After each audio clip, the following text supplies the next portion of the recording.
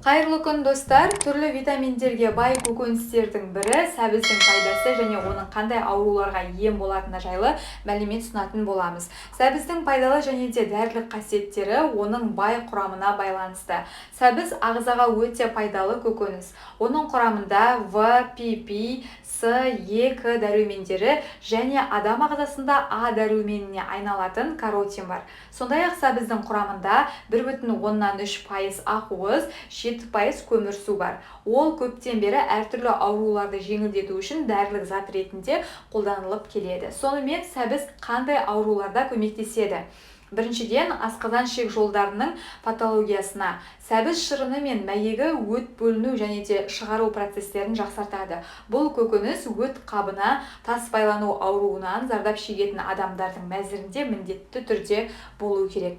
Екіншіден, зат алмасуда қиындықтар болса, сәбіздің құрамында ақуыз бен көмірсудың метаболизмін қалыпқа келтіретін, сондай-ақ жасушалық тотығу және де қалпына келтіру процестерін белсендіретін биологиялық белсенді компоненттер бар. Сәбіз шырыны мен мәйегі жалпы әлдендіретін әсерге ие. Ол иммундық жүйені белсендіріп, сүт шығуды күшейтеді.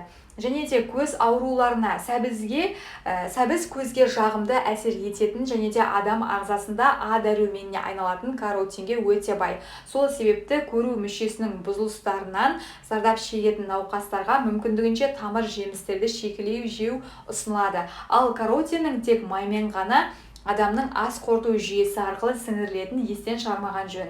Сондықтан осындай аурулар кезінде сәбіз тұтынудың ең оңтайлы жолы одан майонез, қаймақ немесе майлы тұздықтар қосылатын салат жасау болмақ. Зәр шығару жүйесінің бұзылуына, яғни сәбіз тұқымында зақымдалған эпителий жасушаларын қалпына келтіретін заттар бар. Олар бүйрек ауруларын емдеуде тиімді деп саналады.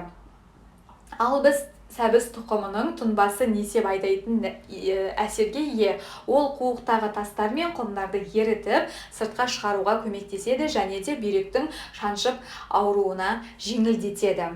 Жүрек тамыр ауруларына, яғни сәбіздің тамырлы жемісіндегі заттар жүректің бұлшық еті мен қан тамырларының қабырғасын нығайтады. Ал жақында ғана миокард инфарктісін өткерген науқастар үшін жаңадан сығылған сәбіз шырынын ішу ұсынылады. Салқын тигеннен болатын ауруларда, яғни сәбізден жасалған құрам ағзаның қорғаныш үшін белсендіреді және де айқын бактерияға қарсы әсерге ие. Олар жоғарғы тыныс жолдарының қабыну ауруларын емдеуге табысты қолданылады.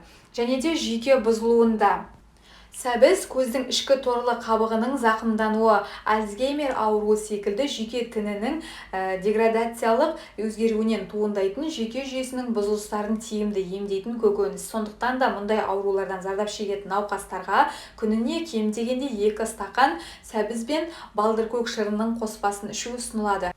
Науқастардың рационына сондай-ақ үкіштен жаңадан өткізілген сәбіз бен түрлі жемістерден жасалған салаттар болуы керек. Достар, егер де ақпарат пайдалы болған болса, арнама жазылып, міндетті түрде лайк баса кетіңіздер. Келесі видеода жүздескенше аман сау болыңыздар.